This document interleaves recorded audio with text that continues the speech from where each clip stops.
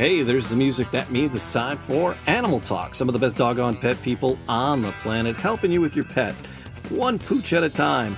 It's America's Pet Show, Animal Talk.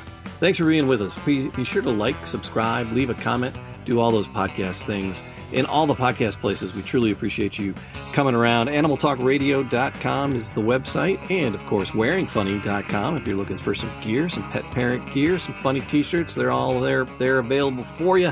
Appreciate our sponsor, WearingFunny.com. Great place. Go check them out. And for your pet help and information, you're in the right spot. We're going to help you out. We have years and years of animal calls and emails and interviews, and we're sharing them all with you on these Animal Talk Rewinds. Now, Animal Talk, it is for entertainment purposes only, so make sure you check with your local veterinarian, your local trainer, if you have any issues coming up, and we're here to help. Our professionals always got great ideas, too, so here we go, having a little bit of fun. It's Animal Talk. It is the series The Dog Whisperer with Cesar Millan. Cesar, welcome to Animal Talk. Thank you very much. We're so excited to have you here. Donna is our behaviorist and dog trainer, and she has got to be your biggest fan in Michigan, if not the Midwest United States all the way around. Let's talk about animals. That's Absolutely. Right. We're very excited to have you with us. So, Cesar, here's my question for you. My first question for you: What is it that dogs need? Because they are there bad dogs? No. There are two questions there. All right, are there bad dogs? And if not, what do dogs need to make them not bad? Okay, well, let me answer the first question, right? In my own opinion, there is no bad dogs for the simple reason that they don't rationalize. So anything they do is not premeditated, right? There is no knowledge behind instincts. It's all reaction. So there is no thinking involved in what they do. Now, the best way for a dog to stay balanced, to accomplish balance, is by them doing what they normally do in a natural habitat. So if you study a pack of dogs in a natural habitat, what they do early in the morning is they stretch, then they walk. And where are they going? To find food and water. Then they celebrate. And that's why in my equation is exercise, discipline, then affection. My clients like to begin with affection, affection, affection. Then they walk a dog every once in a while, and they discipline a dog with frustration or anger. That's why it's going to be bad dogs, because they have a human who is not following Mother Nature. Every time we go against Mother Nature, something happens. So instability is part of what happened when we go against Mother Nature. It's not that we don't love dogs in America. It's just we're not loving them the way they want to be loved. Right. We're loving them we want to love us because it's convenience to us. We personify it a little too much. That's another thing that we do, that we humanize dogs. And you know, the dog loves to be a dog, and a giraffe loves to be a giraffe, and an elephant loves to be an elephant. They don't want to become human. They have their own psychological patterns. And that's something that's really interesting about you and the way you do. You have a pack that you live with that's nearby. A pack that actually helps me to rehabilitate, super wealthy dogs. Not that Caesar's out living in a doghouse or anything. And this dog's actually had a bad past, because most of these dogs that I work with used to belong to gang members. So a lot of the cases that I work, the people pour gasoline and they light him up. The dog lost the eyes through a dog fight, the broken bones. I mean, what unstable people do with dogs. And so what I do is I go rescue them, rehabilitate them, and use them to help other dogs so they can become an example to people that it's not the breed and it's not the dog, it's the human behind them. Yeah, the one thing that I really enjoyed about your book, Cesar's Way, not only learning so much about you did really come in and you shared so much with your readers about who Cesar is. But one of the most important things that I took away from this was the difference that you stress between training versus rehabilitating. Yes. And how important it is for us to rehabilitate the dog more than train the dog. Well, as you know, people can be trained by Harvard. Doesn't mean they're balanced. Right. So training doesn't equal balance in the animal world. Balance is something that you accomplish by, living with Mother Nature and never work against Mother Nature. That's just how animals accomplish balance. They don't need humans to accomplish balance. They don't need humans to be aligned with the universe and Earth. They don't. They can do it on their own. We created dog training. We, the human being. Yes. But it's not created by Mother Nature, So it's important that if we want to help a dog to recover their own self, the rehabilitation must be done. Then you can train the dog. Training is sit down, stay calm, heel, which is something the dogs don't do in their natural habitat. Right. Yeah, you don't see the wolf, the alpha wolf telling them to fulfill each other. Right. And they create a pack, and in the pack they have a pack leader and then the followers. And the pack leader set the rules, the boundaries, the limitations. So if the human plays that position and walk with his pack or walk with his dog every day, like homeless people do, right? Homeless people is a great example of leadership. And the dog doesn't see them as homeless. It sees them as a person who walks every day and leads them. Right. My clients can walk a Chihuahua. Homeless people walk Rottweilers, Pit Bulls, German Shepherds, Chow Chow, powerful breeds all day long, off the leash. Mm-hmm. So that's a good example that dog psychology, people do apply it unconsciously, but we don't see it as a role model. A lot of people feel bad about seeing a dog with a homeless person. I feel great. At least they're living in the moment. Right. Yeah, and that was the other thing I had a little note about as well was that I definitely appreciate how you made the distinct difference between human psychology and dog psychology. One of the things that I find with my own clients is they tend to try to put human psychology into what their dog is doing. And that was the most important thing. This is why I'd recommend this book to every single client that walks through my door. Thank you. Because it is very important that they understand they need to learn how to communicate effectively with their dog and to use what their dog is naturally working with. That's and right. That's a very difficult thing for a lot of owners, I think. Well, it's a society, because if you study third world country society, they understand the psychology behind chickens and pigs, and third world country people connect themselves to Mother Nature better than American people. American people can connect themselves to the intellectual world, But in third world country, you learn that a chicken is a chicken, that a dog is a dog, and you learn how to fulfill their needs because you need them. We need each other. It's a back and forth thing. Maybe we don't know how to make money, but we definitely know how to connect with Mother Nature.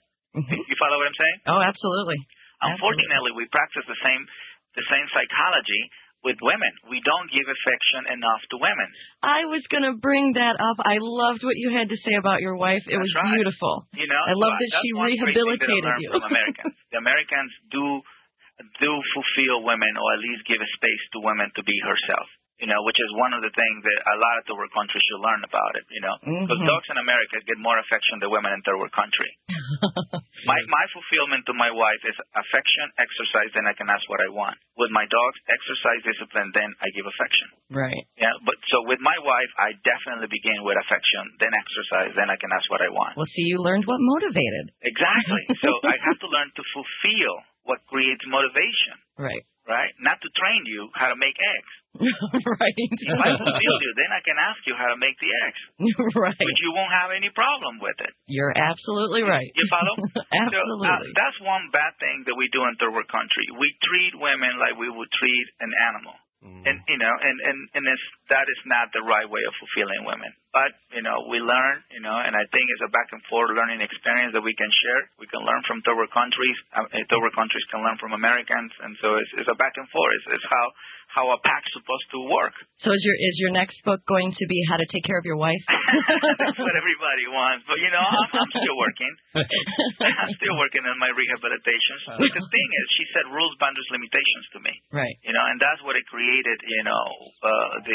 The guy that am I now, the guy who wants to fulfill my wife. I'm very happy to be married 12 years with her. It doesn't feel 12 years, because it's just a pleasure. And talking to Cesar is an absolute pleasure, Cesar. And we're going to have more with Cesar coming up in just a moment. Hey, it's Jamie. I got to hop on in here and remind you about our sponsor, WearingFunny.com. WearingFunny.com for all your pet parent T-shirt needs. Head on over WearingFunny.com and check out the vast array of amazing, hilarious T-shirts. Thoughtful, cuddly, and cute for you and your kitties and your puppies. And, hey, we take requests. If you have a critter that we don't have represented, let us know. We'll get you connected with just the perfect shirt for you and your critters, showing your love for being the best pet parent you can possibly be. WearingFunny.com. Back to the show. Has your Fido been a Dumbo? Well, give Animal Talk a call. And actually, another person who can help straighten you out with that, Cesar Millan.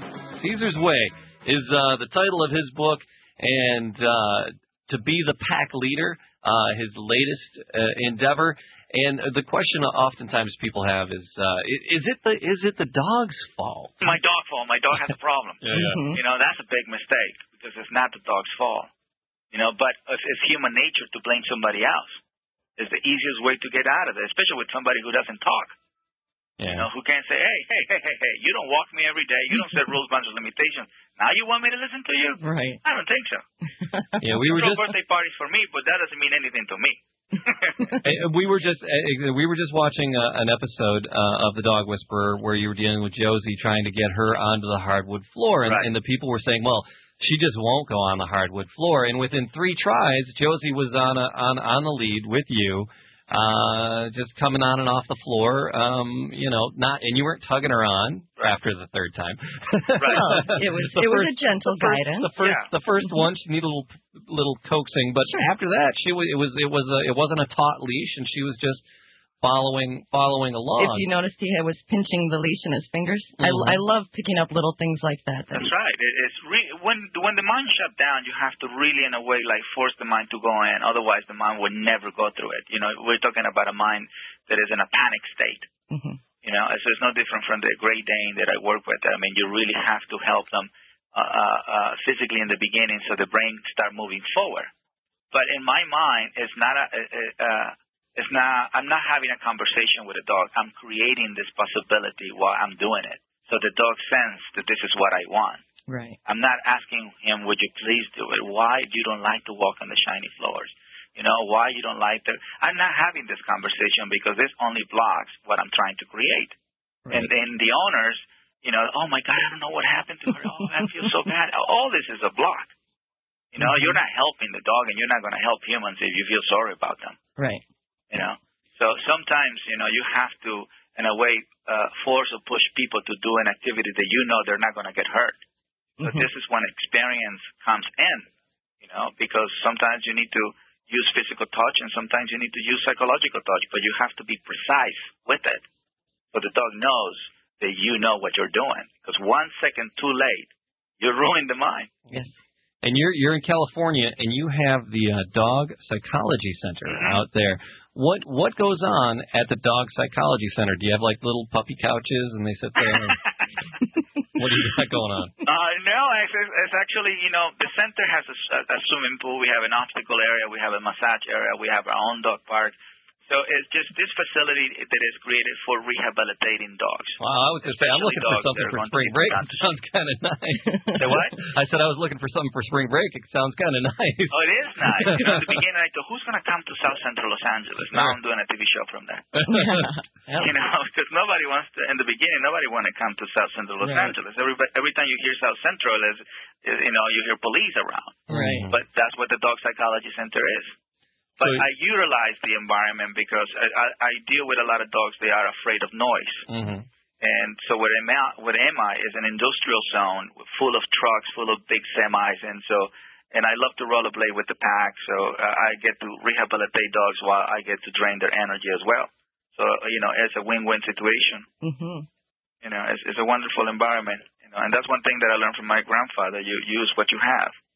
You work with what you have. So once you've taken these dogs into is that what you do sometimes in extreme cases or any case? You take the dogs in and work with them for the owners? I think in my cases, other professionals can do it. I take the extreme cases because these cases are going to be put down to sleep. A lot of people will give up on them and say, no, this case is way too far gone. There's no way you can do anything. I tried all the clicker training. I tried all the dog food, and I tried all that stuff, and it's not working. So those are the cases that I take. To help the population of dogs to see that it's not the dog, and that we don't need to kill them, that we can create all the sources for them to stay alive. I believe in karma, so if you kill somebody for no reason at all, it's going to come right back to you. Survival is one thing, but just to kill them for no reason, it's coming back to you. Yep. We already harmed the world enough. Yeah. So if I can help, to keep some guys alive, I'm going to do it. All right, so Cesar, in your bio, they drop a bunch of celebrity names that you've been helping out. Anybody? You got any good celebrity pet dirt for us? No. No, see, that's how he keeps his job. Good. There you go. Good. Me, I'd be blabbing all over. See, that's why you don't talk to him. Cage's dog. Yeah. No, I thoroughly enjoyed this book. It was a very. I mean, I'm probably going to read this 2 or 3 more times. Oh, thank you. Because it's got so much information. It's entertaining. That's the other thing. I mean, this is almost like reading this book was almost like sitting down and having a conversation with you. Thank you. And that to me is much better, especially when you're trying to teach something this important. When you're trying to show people who may not necessarily understand animals or animal behavior, and you're giving them a very no-nonsense approach to it. It's very straightforward, and I found that to be very wonderful. And probably one of my favorite things in here, actually the whole book is my favorite, but I loved what you had to say about the proper way to greet a dog. Sure. What is the proper way to greet a dog? No touch, no talk, no eye contact. Really? Yeah. And how are you really guy in high school? You know what I mean? Yeah. They ignore everybody, but everybody follows. Okay. Yep. Yeah. But if you go hi, few people will follow. And in the dog world, if you act that way, more likely for them to get in a jumpy state or excited. And if you are a source of excitement, that means that you are not a pack leader. Right, and that's one of the things, I'm sure you've seen this a million times, where the people have become the playmate rather than the leader. Right, they become the follower, which the dog is the leader, and they just play with them. When they get tired, the dog do whatever he wants. Right. You know what I mean? Playmate means they're submissive to each other. But in the cases, most of the cases, the dog is always the dominant one, and the human is the follower. Yeah. And so you're the leader, you're the follower. They don't see you as name or profession or how much money you make or how famous you are. Right. All right, Cesar, thanks so much. Our guest is Cesar Millan. The book is called Cesar's Way, The Natural Everyday Guide to Understanding and Correcting Common Dog Problems. And how do people get a hold of the book, Cesar? Well, it's in Barnes & Nobles and it's in the Amazons, it's in Walmart. It's everywhere right now. So it's doing really good. It's #1 in Amazons right now. Oh, excellent. So it just came out like 2 days ago, so it's doing really good. Yes. Excellent. It's doing really good. Congratulations on the book and the show, of course, National Geographic Channel. The Dog Whisperer airs Friday nights at 8 p.m. Eastern and Pacific, and that's the new series just kicked off in January, and delightful. Website. And your website. Yeah. DogPsychologyCenter.com. DogPsychologyCenter.com, and people can. Do you help people online with information and tips? Or, yeah, we definitely what do. What do they find there at the website? That's one thing that we definitely keep doing it. Excellent. Well, Cesar, it was a pleasure, and thanks so much for taking the time to talk to us. It's an honor to me, guys. I love to talk about animals. Oh, thank you, Cesar. Well, we will talk to you again, sir. Thank you. Thank you. He has got to be one of my favorite peoples ever. Love that guy, Cesar Millan, the Dog Whisperer. He's got that just awesome accent. I promise that 80s Animals tunes, those are coming too. Bad Animal Joke of the Week, lots of fun on its way. Animal Talk, it's America's Pet Show. Dr. Brad is here, looking spiffy in a tie. He's always a sharp-dressed man. Yeah. You're usually not the lab coat, but you're just usually the shirt and tie kind of guy at the clinic. Yeah, I stopped wearing the lab coat for 2 reasons. One is that kids would get scared. Because when they see us, the tie and the lab coat, they get scared because that means the shot's coming for them. Right. And also dogs get scared. They tend to be more reactive to it. I rarely wear a lab coat. Oh. And when you wear those, a lot of times you forget to put clothes underneath it. Yeah, that's the reason I am wearing them usually. Usually if I'm wearing a lab coat, the phrase is "What are you doing here?" is associated with it. But also I found that when I would leave a room, there's little holes in the sides for you to put your hands, so you can put your hands in your pockets. Right. I don't know if you know that, but I get that hooked on the doorknob all the time. I end up being thrown into a door. Yeah. And there's no way to do that and look cool at the same time. You can't try the Pee Wee Herman thing. I meant to do that, but it doesn't really work out as well as you like. But anyway, I'm not a lab coat person. But So on the web, animaltalkradio.com, a way to get a hold of us electronically. Send in your email questions. And on the phone, 800-259-9231. But do you have an email there you wanted to look at, Brad? Certainly do. It starts out, Dear Animal Talk. You've got mail, baby, yeah. I have always loved the big, scary animals like lions and tigers. Oh, my. Why can't I own one? I live on a farm by myself. Who am I hurting if I get a lion or tiger? I'm fairly certain I could take good care of it and it would have plenty of room to roam around my farm. And this is signed Dale. Oh, Dale. Well, yeah, sure, you're nice and safe there, all on your own. But man, it's just that one freak chance that the tiger gets out of its enclosure, and you're on the news, and you really don't want to be making the news for that reason. And let's do this. Also, after the tiger is done with you, he's going to be hungry again, and then he's going to have to wander around. But the thing about it is, it's not just about you. It's also about the tiger itself. I mean, you can't let a tiger wander around. You're not going to get an invisible fence and have the tiger stay inside. This is just not practical. And there's very few stories of a tiger or a lion being owned by someone that end up in a feel-good way. But I mean, at least not Hollywood version. No. And that I can't think of them. But usually people keep them in too small of pens. The cost is astronomical to take care of these things. And how are you going to? And then the care, not just the feeding and maintaining space-wise, but what kind of vet are you going to get if there's any sort of medical issue with this creature? There's so many things that can go awry. And in a zoo, people don't work with tigers and lions alone. There's always a second person. You always have a backup watching just to make sure nothing else is going on. And you can't do these animals by yourself. We're talking about something that's three times the size of you, just as a killer. I mean, they're born to kill, and it's just not a wise way to go. And it's just from that zoo in California. It's just a huge reminder that you could have friends over that make bad choices, and aggravate the creature, or if you get a neighbor kid that comes by, to aggravate the animal you have. Neighbor kids might be a debate in the other direction. Yeah, that might be a debate the other way. Yeah, but if they get aggravated, it's amazing the hidden strength behind these wild animals, because that's what they are. That chain, it's triple force and whatever, but no. Before you know it, they could very well be through whatever protective barriers you've set up, and then it's tragedy in headlines, and it's just something to avoid. Haven't you seen Jurassic Park? Oh, yes, exactly. It's chaos theory. Sorry, Are you getting squirrely on me over there? But no. That's our reference for Jeff Goldblum reference for the day.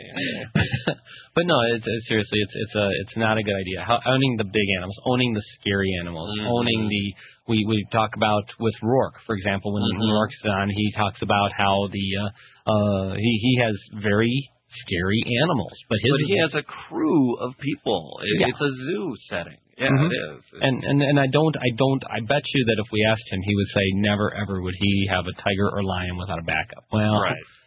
We would hope he would say that. Absolutely. We would hedge some bets there, maybe.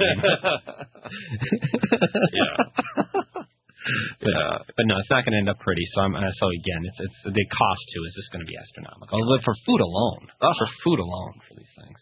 Sure. How do you just the preparation of it, and there's so much. And litter. It's just going to be so expensive.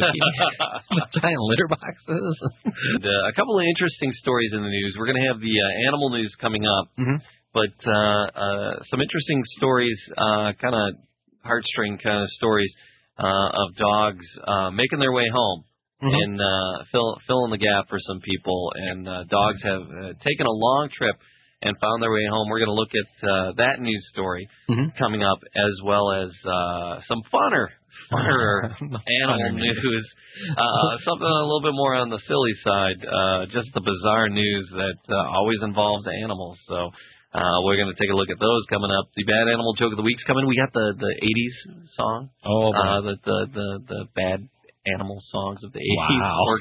Or great animal songs of the 80s. Yes, the great animal songs of the 80s. Well, it's an 80s song. It must be great. Yes, that's coming up. Fake animal songs of the 80s coming up. Oh, boy, there you go. Promised you that. Lighter note, on the way. But there was a serious story in the news, and a couple it's kind of heartwarming and very kind of sad too. But a gentleman from Michigan, Grosse Pointe, Michigan, serving in Iraq, passed away. He died actually in his sleep on Christmas Day. 28-year-old serving in Iraq, Peter Nestle. And he had adopted 2 dogs. He had found 2 stray dogs while he was there serving in Iraq. And he started feeding them, and they stayed around, and they hung out, and he really befriended them. And the guys serving over there, this is something that's happened with several units and a lot of servicemen over there. Because the state of the country right now, people aren't really taking care of their pets, the dogs that were pets and whatever. And so there's a lot of strays, and these guys so out of touch with their families. It's kind of having a dog around is kind of this feeling of home. So this has happened with a number of troops, even though the military really frowns on it. Yeah. There's actually policies against it, but the guys are doing it. And then they get really attached to these dogs. And Peter's goal and his wish was he talked to his family, and he was going to bring these dogs home. He was doing everything he could to arrange to have these dogs brought home.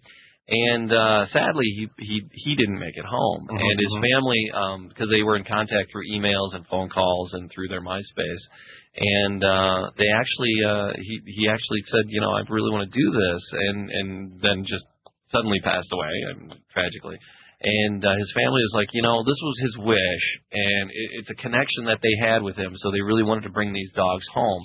So they got with a couple of Michigan senators and the governor, and lots of strings were pulled, and they were able to get these dogs home, and they came home just last week. I believe they got back here around the 9th.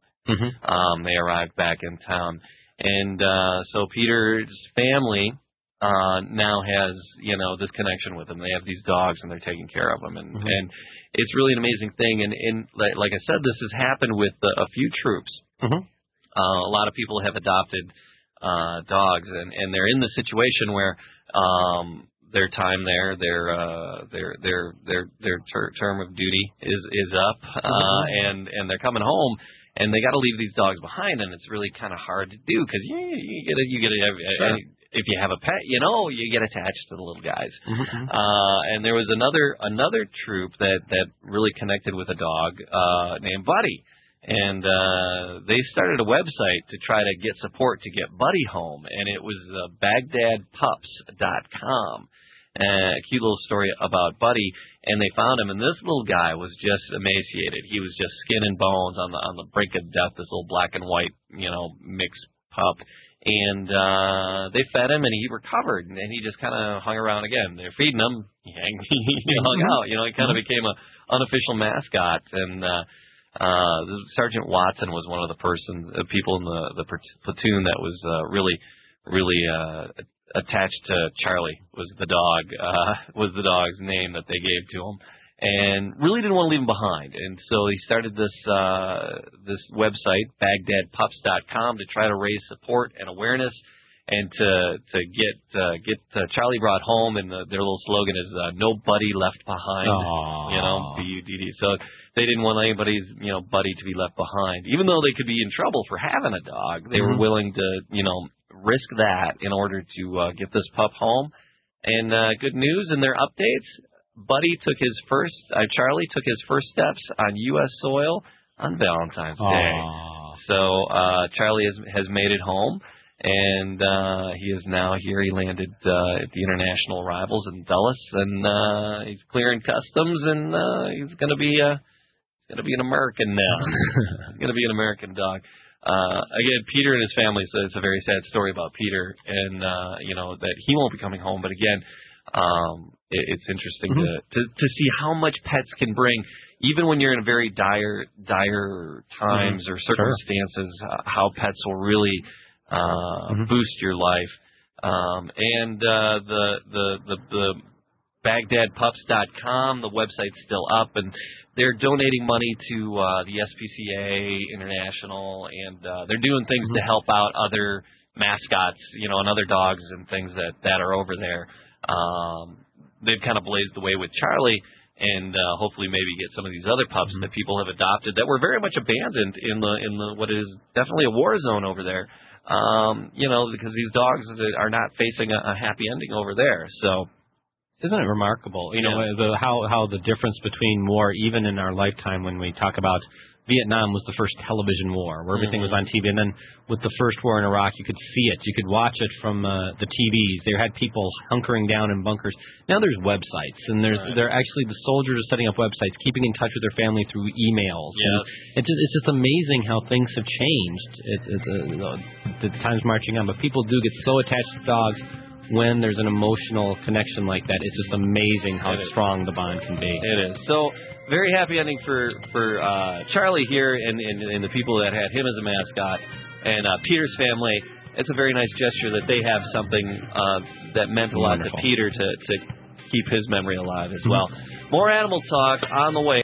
Right, you wanted to tell me about Uno. Uno puts beagles atop the dog show world. He's number one. Uno's number one. The article of Stop Dancing Snoopy, you're out of the Westminster Doghouse. At long last, a beagle is America's top dog. Baying and barking to his heart's delight, Uno lived up every bit to his name Tuesday night, becoming the first of his breed to win Best in Show at the nation's biggest canine competition. He's a people's dog, a merry little hound, said the handler. And it's the first time in the 100-year history of the Westminster Dog Show that a beagle has won. And he was a very, very happy little pup. And, in fact, when the reporters came over to interview him and his owner, he kept biting the microphones. He kept chewing on the microphones. Just like a beagle would do. Yes, and he was the loudest dog in the competition, they said, saying, "Aroo," the whole time. But the good news is, he beat, in the finals, there were 2 poodles. And he beat them both, which is good. Anytime you can beat poodles, that's great. Yes. And I don't mean that literally. I don't want people going, I'm going to beat poodles because he said, no, I don't mean it that way. But in a competition, when you come out ahead of the poodles, you're doing good. Because, God, you've seen dog shows, right? Yeah, it's a dog and pony show. Yes, and sometimes no ponies. No ponies. Without the ponies. But it looks like, the when you got the poodles out there, it looks like a normal dog that went through the Queer Eye show. And it just, but I'm just saying, I'm embarrassed vicariously for the dog. And they're not bad dogs. No. Again, like pit bulls, there are no bad pit bulls. They're just bad owners. There you go. And there's no bad poodles. There are no bad poodles. Just bad owners with bad shears. I think it'd be funny if someone cut their hair like that just to go out with their dog. But no, we didn't have to worry about that with the beagle. We didn't have to worry about that with the beagle. But it was a neat competition. Did you happen to see the competition? No, I didn't. I've seen them, but not that I didn't catch this round. You saw it. You saw it at one point. Oh yeah. Okay, then you've seen it. Yeah. It's the walkies, and around they go, and run them a little faster. There are 2 neat scenes. One is the Beauceron. The Beauceron, which is almost looks like a little bit like a Doberman, was being held by its owner. She had her hand around its muzzle because it's maybe not that friendly, and it pulled its nose out of its hand and tried to snap at the judge. Pretty good sign. Pretty good sign you're not getting. You're not. Best in Show's not coming down the pike for you. And that's what happened, by the way, to my cousin, and he's still in jail. Brad, how was your week? What's new and interesting at the clinic? We had some interesting things this week. We had a lot of. We had some dogs that may have been getting into some people's illicit medication. Let's just say that way.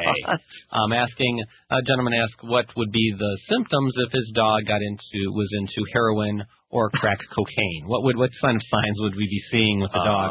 And it's because he's instantaneous death, baby. He basically had his dog was possibly had access to his girlfriend's medications. Okay. And so, not medications, but you know what I'm saying, trying to say in a decorum sort of way. But again, I don't think the animal had access. And I also, again, people who do heroin or crack cocaine aren't known to share. And so it was unlikely. Probably not sharing it with the dog. Yeah. And but the highlight of the week. Oh my. This is a fabulous story. This lady had a problem with mice. I love the side of town you work on. I really do. Well, this is going to be one. A woman had a problem with mice? She had a problem with mice in her house. Okay. And so her boyfriend, who was from a farm, told her how to get rid of them. And she wasn't calling me about the mice, but you'll see this. The setup is what the lady who swallowed the fly? It's a 30-some-year-old woman, and what she did was she found out the way to kill the mice. If only someone would develop like a trap of some sort. But instead, what she decided to do was she put out a plate. Could be money in that. She put out some poison for the rat and the mice. And what she decided, a poison that would work well because she didn't want to buy mouse or rat poison. No. She put a plate of antifreeze out for the mice, and then she decided the mice might not drink it. So what she did, and this is not outside, this is in her bedroom. Okay. And she decided they might not want to drink it, so she decided, well, put something in there to eat. And so what she did is she put some kibble in it, some dog kibble in it, and then so they would soak into it, and then when they ate the kibble, it would kill the mice. Right. So her dog comes in and sees the kibble and eats the kibble and gets exposed to antifreeze, the most toxic poison there is. And antifreeze, that's. Luckily, with vomiting, the dog did fine, but again, it's lucky that it's a very lucky situation. Everybody out of the gene pool. Exactly. Oh, good gosh. And but anyways, that's the highlight story for a long time. Thankfully, the dog made it. The dog made it fine. And which again, it's pretty much he has to, smartest one in the house. But just joking, of course. We got Sheila on the line. Sheila in Illinois. Sheila, welcome to Animal Talk. Oh, hi. I love your show. Thank you. I am having a problem. I've been having it for years. With the dog I have, she weighs about 90 pounds, and when I take her for a walk, I cannot get her to stop pulling on me. Okay. And she's too big. I can't, it takes a lot of the fun out of walking. Mm-hmm. She's a strong dog. All right, yeah. That's what type of dog is it? A Chihuahua, 90-pound Chihuahua? Oh gosh, no. No, I don't know really what. She's just a mixed breed. Pardon me? Just a mixed breed. Yeah, she was just great at some of those Heinz 57s or something like that. Yeah, she adopted me, and in every other way, she's the most wonderful pet. I really enjoy her company, but going for walks. Okay. Eesh. You have to first thing you have to definitely you have to be the boss. Okay, you can't go, oh Sheila, don't pull on the leash. You need to have a firm voice and be firm with her while you take her for a walk, and you're going to need some sort of training device while you're doing this. Because I'm betting you're using a halter, aren't you? No, I just have a little leather collar and a leather leash. Well, that's sort of the problem. There's a couple things you can look at, and what it comes down to is we don't want to hurt the dog ever. Right. And everything in dog training is named horribly. Yeah. Like it's a choke chain. It's not. Nine tails. Yeah, things like that. Yeah. You're not supposed to literally choke your dog with a choke chain. That's I don't know why they call it that. Yeah. There's two things. One, the first I'm going to tell you about choke chains, and I'm going to tell you about something else that might not be as scary for you. Okay. But the reason you do a choke chain is not because it chokes them, but because it's scary. And what it is when they wander away from you, you give a quick snap of it, and it scares them. All of a sudden, they hear this noise, this snapping noise, and it pulls tight. It's like, oh, my gosh, it's scary when I go away from Mom, but then when I'm next to Mom, everything's good. And they learn to hang out next to you. You don't pull them and yank them. It's just a quick snap. Yeah, so as the links move through each other, it makes that sound, and they're like, ooh, what's that? And then they stop and they look at you, and you come up to them, and when you're near them, you give them praise. Then, when they've stopped and they're not away from you, and you're like, oh, okay, it's okay, baby. It's okay. When you're here with me, it's okay. But when she moves to that end of that leash and you give it that pull, it's like that's when scary things happen. Yeah. And that's Are those the collars like with the prongs in them? You don't need the prongs. You won't need something to pull tight. Now you might need to depending if this is a dog that's really big and hard for you to control. That's the reason you can use that. But the other thing you can do is there's a product called a snap lead. A snap lead. And a snap lead is basically, when you take a belt and you sort of fold it over and you pull it and it snaps together and makes a snapping noise, it goes like clap. That's what this does. It's at the end of this leash, it makes that snapping noise. So when you pull it, it makes a snap and they stop because they're scared. And what they learn is when I start pulling ahead, it snaps and it scares me. You just have to pull a quick, abrupt snap. And then you pull, and then they get back in line, and you praise them when they're walking next to you. And every time you say heel when you do it, they learn to stay next to you. That becomes your call. And when they start moving like heel, they'll come back and walk right next to you. And only through conditioning, by walking around your yard and doing that, by just doing it constantly, you're going to learn this dog will not. All this dog wants is your okay and your love. We might get excited, but we'll say, oh wait, I'm getting in trouble when I run ahead. We'll start coming back and walking right next to you because that's what we're supposed to do. I'm supposed to be right next to Mom.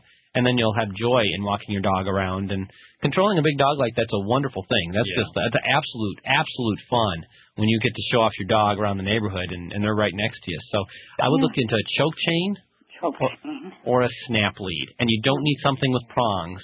Where do you get those? Well, this choke chain is about. Is there a link on our site for the snap lead? I believe there might be.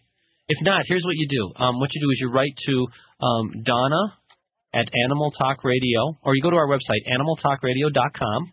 Okay. Animal Talk Radio. Okay. And after you enjoy all the really entertaining stuff that Jamie and I do, then you can write to Donna. But no, go to Donna at animaltalkradio.com and ask her, how do I get a snap lead? They recommended it on the show. It's snap, as in 2 snaps up, and then lead. Oh, it's snap lead, because I've never seen that in any of the stores. Yeah. It's not in stores. Just get it through Donna. Okay, great. I appreciate your help. Maybe because I love taking her for walks.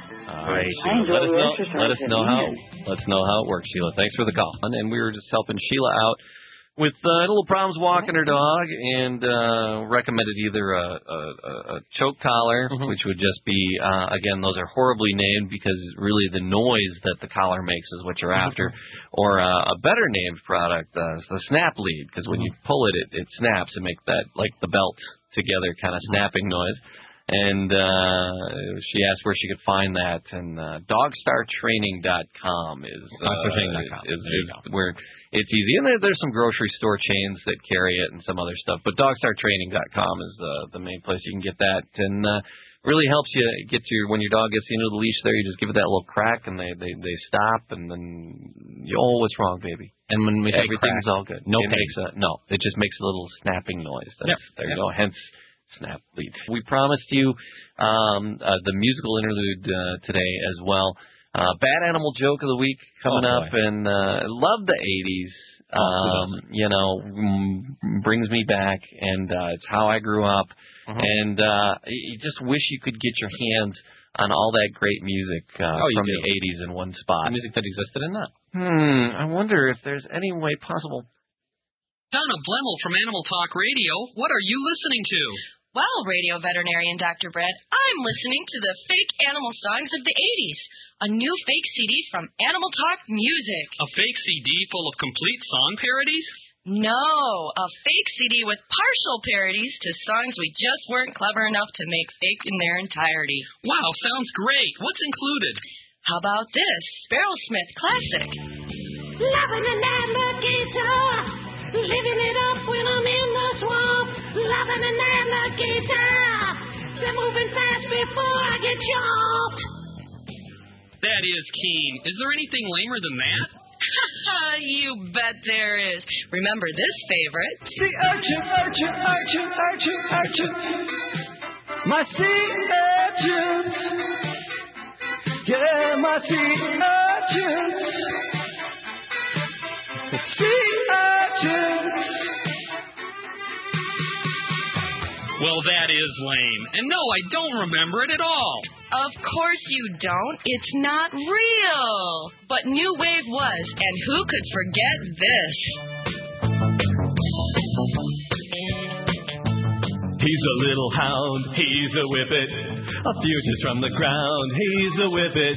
He rarely makes a sound, he's a whippet. He's a whippet dog. I said whippet. A skinny dog, a little puppy, a skinny pooch. He's a whippet dog, a little puppy, skinny dog. Gosh, the memories that almost brings back.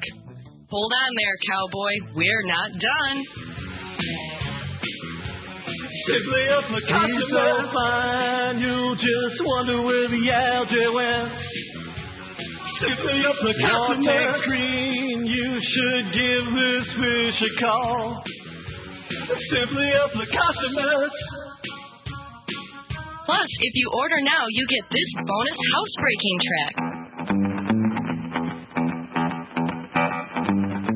You ever love a pup so much you didn't care where he pooed? I didn't think so. You never cared if your carpet smelled like number 2. I didn't guess so. You ever beg your pup to go outside, but it pees when you walk away. The puppy did a bad thing. The puppy did a bad thing. A puppy did a bad thing. You feel like crying. Hey, you feel like crying. Oh, hey, you feel like crying. Big animal songs of the 80s. Order now. You just want to get your hands on a copy, don't you? Yes. I think that is what killed Robert Palmer. He's not dead. I think actually Robert Palmer is dead. Oh, is he? Oh, Robert Plant. I was thinking, okay, no. He's I was like, is he like going on tour right now? No, Robert Palmer. Yes, okay. That could have been it. Yes, actually, you're right. I feel like dying every time it's played, so I can't imagine the man who's penned it. Yes. I'm proud of it. That's a sad part of my life. Yeah, I'm proud of that. There you go. We're going to bring you back from the depths. So, got a problem with your pet, you give us a call. We'll help you out. The website is animaltalkradio.com, and that's the way to email us electronically to answer those questions. You got an email there, Brad? Sure do, dear Animal Talk. What's this? A letter for me. I don't know if this is meant to be sort of a symbolic question, if there was a second thing to it, or if it was someone asking, why can't we just why can't we just peacefully coexist with mice? I see no reason to hurt the little critters. Yet we set out traps and we try to catch them, we try to kill them. Some people even use antifreeze. Yeah. That previous caller. There you go. And don't do antifreeze for anything besides antifreeze. Yeah. But what the person wants to know is, why do we have to hurt mice? Why can't we just let them live? Why don't we just live and let live? Lieb and lieben lassen. Well, signed Don. D-A-W-N. Don. Don, as long as you don't mind rat droppings in your cereal boxes, I guess it's okay. Put all your cereals in Tupperware and keep the fridge locked shut tight. Yes, might not really be a problem. Or are there zoonotic concerns, diseases that can pass from? There's a little disease that you can get from them called the plague. But other than that, oh really? Yeah. That's from of course the fleas from the mice. That's what they got it. But that's sort of wiped out. Rats? There's mice. Well, any rodents. That's what basically wiped out most of Europe. But other than that, there's not a whole lot else to worry about. Well, then get a piece of change. But anyway, no, there's certainly health concerns, not just with parasites, but also with So it's not really zoonotic from the mice themselves; it's zoonotic from the fleas that they carry. Sure. But if you had enough mice, I'm sure you get something. But and they do carry encysted parasites in the muscle mass, and so if let's say your cat eats them, then they certainly can be exposed. And then if you swallow the cat that ate the mouse, Okay. Yeah. Well, then you swallow a horse. And I don't know why. But no, the point is that there's a health risk potential, and not only that, you talked about the foodstuffs. Yeah, you're going to have a lot of damaged. Your house gets damaged and all that. There's nothing wrong with mice. Mice are charming animals and they're great pets. And rats. You keep one or two in a cage, brilliant. Yeah, wonderful, fun animals. Scurrying up and down the wall boards? No, not so much. Yeah, good luck selling your house someday. We also like to take a look at the news every week and see what's going on.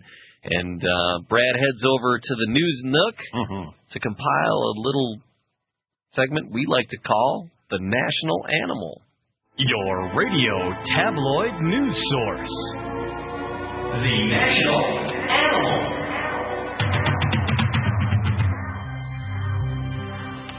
All the news that's unfit for print. Brad, what's going on in the news? Falling moose nearly squashes squad car.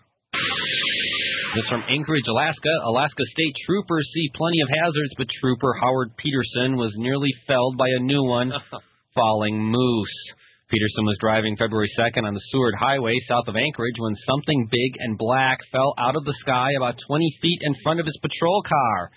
Falling rock, he thought, ready to steer clear if it bounced onto the highway, but it didn't roll or shatter. It turned out to be a moose that fell from the cliffs next to the highway.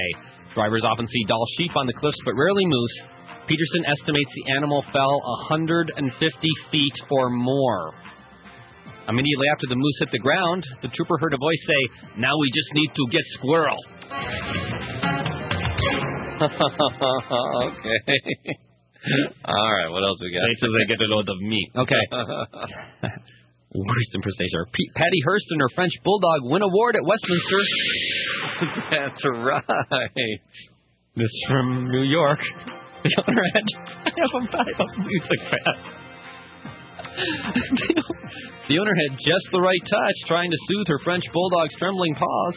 There, Patty Hearst said.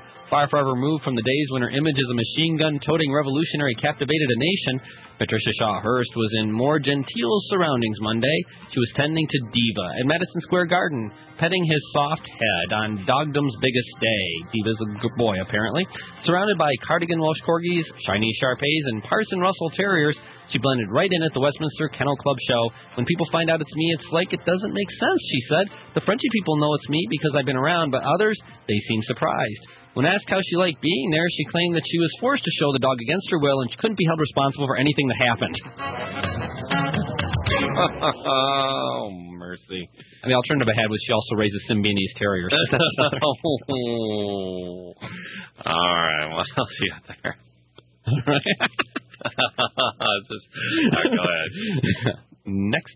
Runaway kitten survives 25 days in New York subway tunnel.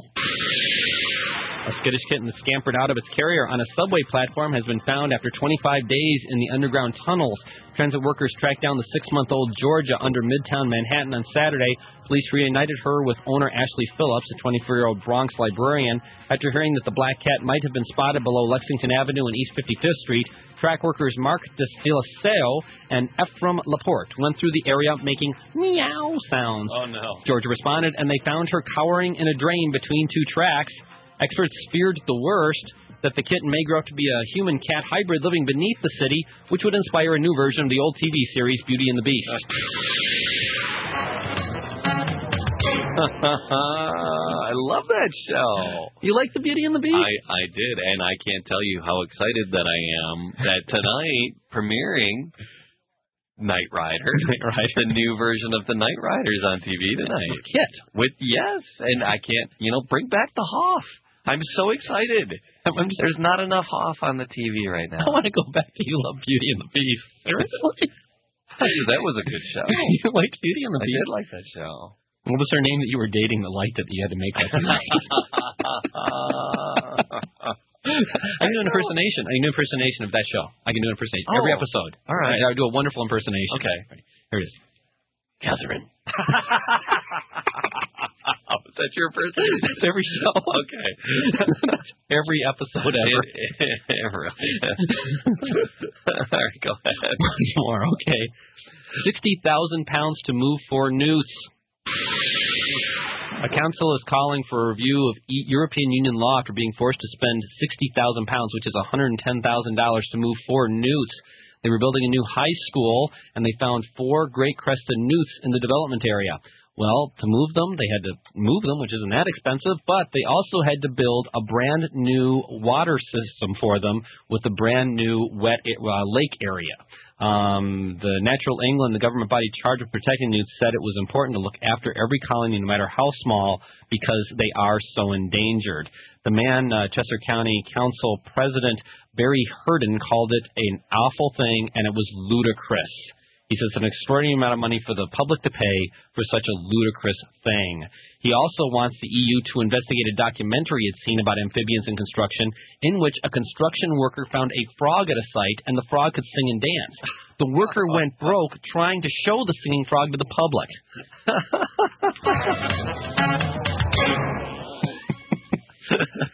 Michigan J. Frog? Michigan J. Frog, yes. You've seen the documentary. How I love ya. I love that frog. He's so good. He is so good at what he does. So I'm thinking the suit didn't help the news.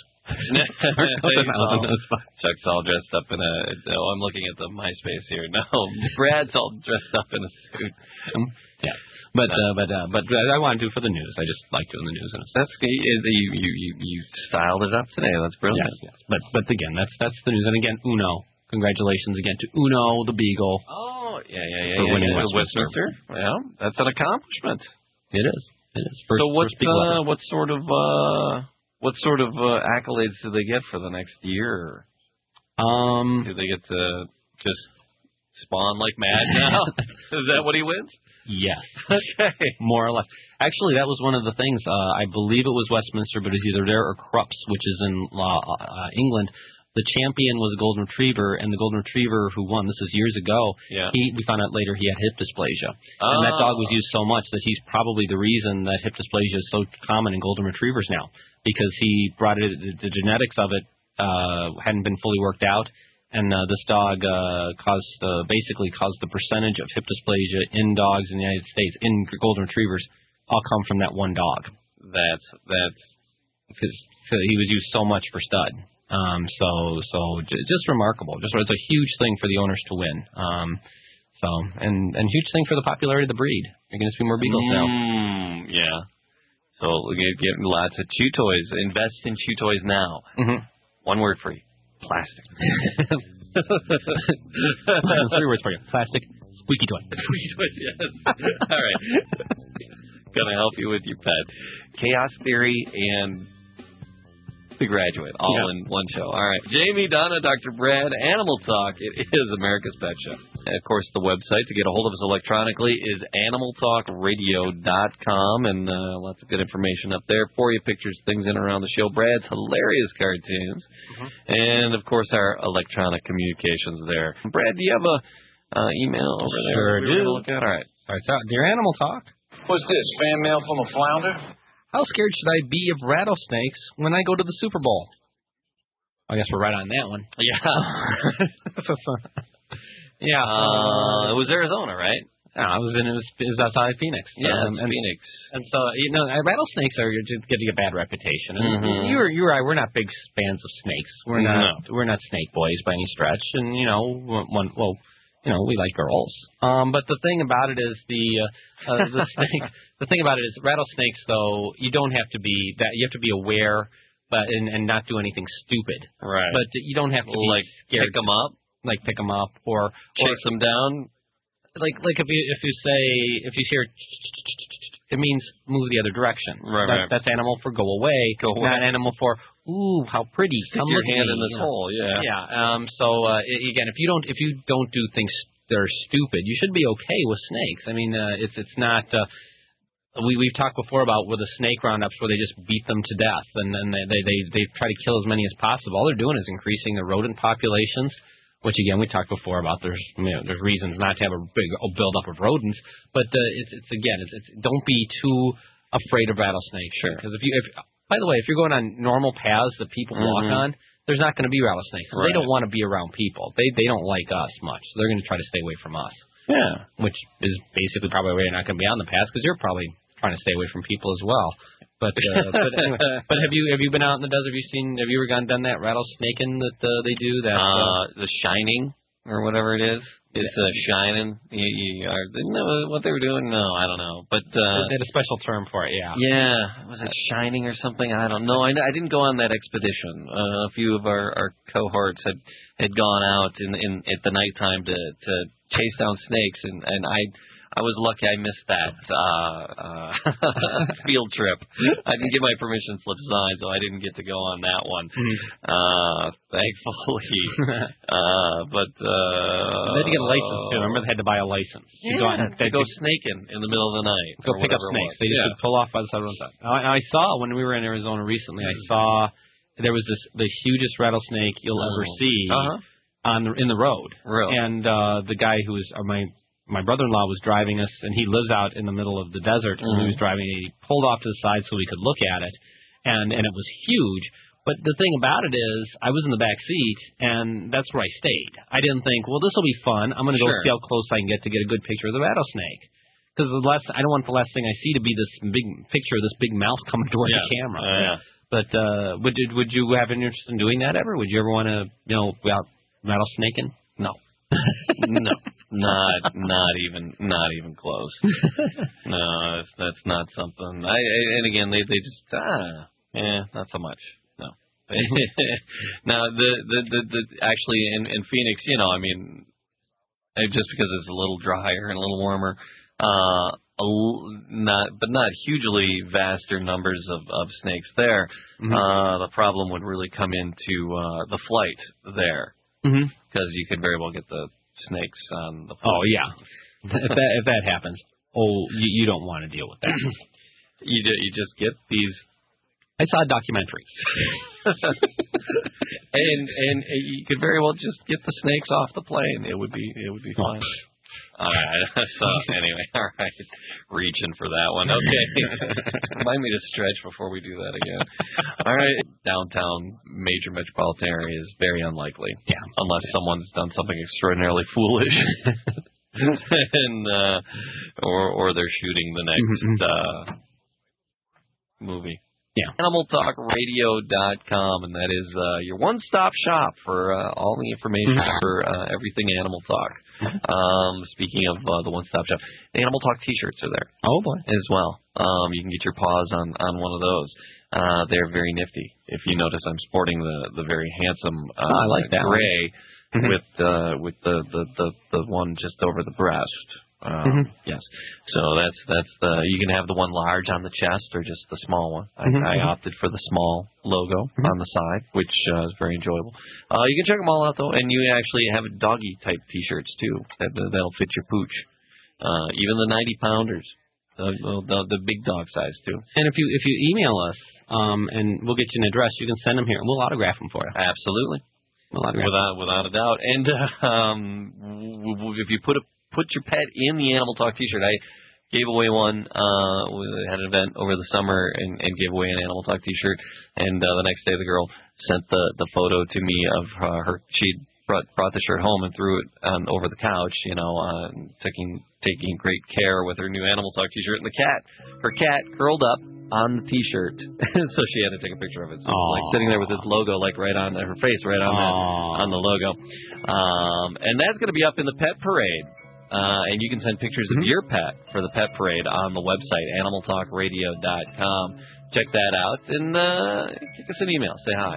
Jamie, Donna, Dr. Brad, Animal Talk. It is America's Pet Show.